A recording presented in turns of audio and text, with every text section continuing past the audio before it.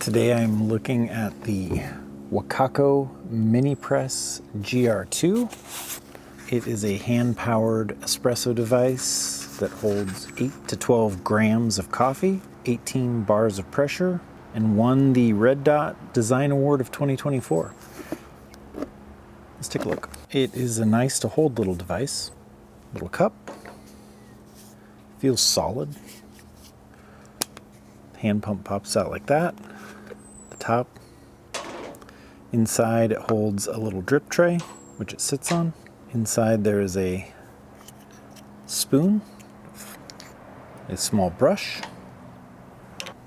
and you are able to, when you add the coffee, arrange it so that it holds more or less coffee. I've got it set for the more, which I believe is 12 grams. So far, from what I've found, when it's actually an espresso grind, if you fill it, it's really hard to pump. In theory, they say that this is the tamper. I've yet to actually successfully make a coffee with it tamped, so I think it's better to just loosely fill it, even it out like that. Put this back in place. And we'll put our hot water in, which just a minute ago was 207 degrees. I'm gonna fill it, put this lid on, and pump into the cup that comes with it.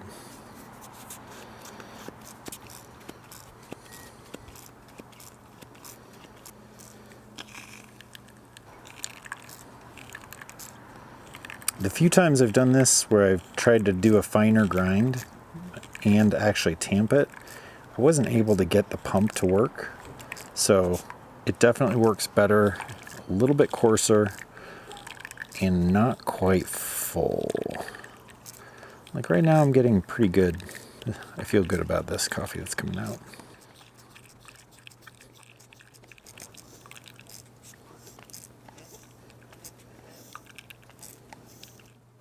All right. So there's the coffee. It's got a good little crema layer on it. It tastes good. It's not very hot. It loses its temperature in here. I think with all the air flowing over from pumping, it's lost a lot of that temperature. But if you were to add hot water, it would make a good Americano. As is, it makes a nice little shot of espresso. It tastes good. I've made maybe 8 to 10 coffees in this so far. And at first, I was pretty convinced I would never use it again. But now that I've made several, I don't know if I'll use it. It's not a device I love.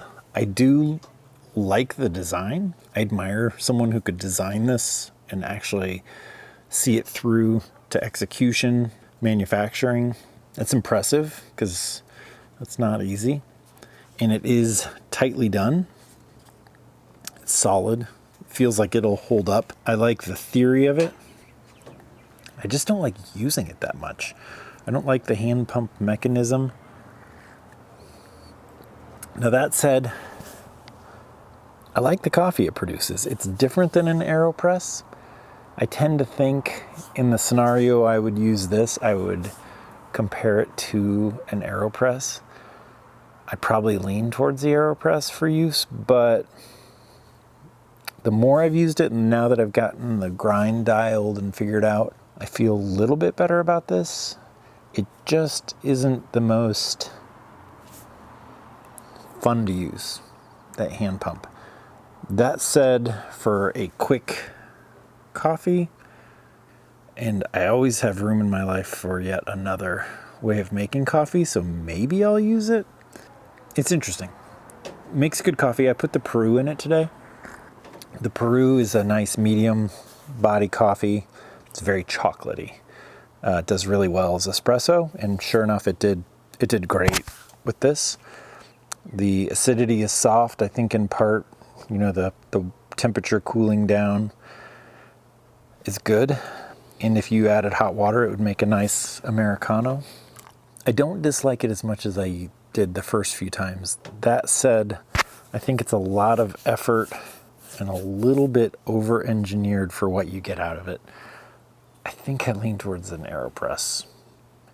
I don't have a final answer on that, but in reality, when I think about this existing in my car, I'm probably never going to use it.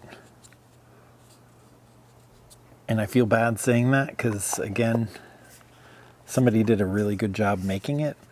I don't think it's a bad thing to try if you're drawn towards it. If you want a little coffee, like I just watered that down a bit.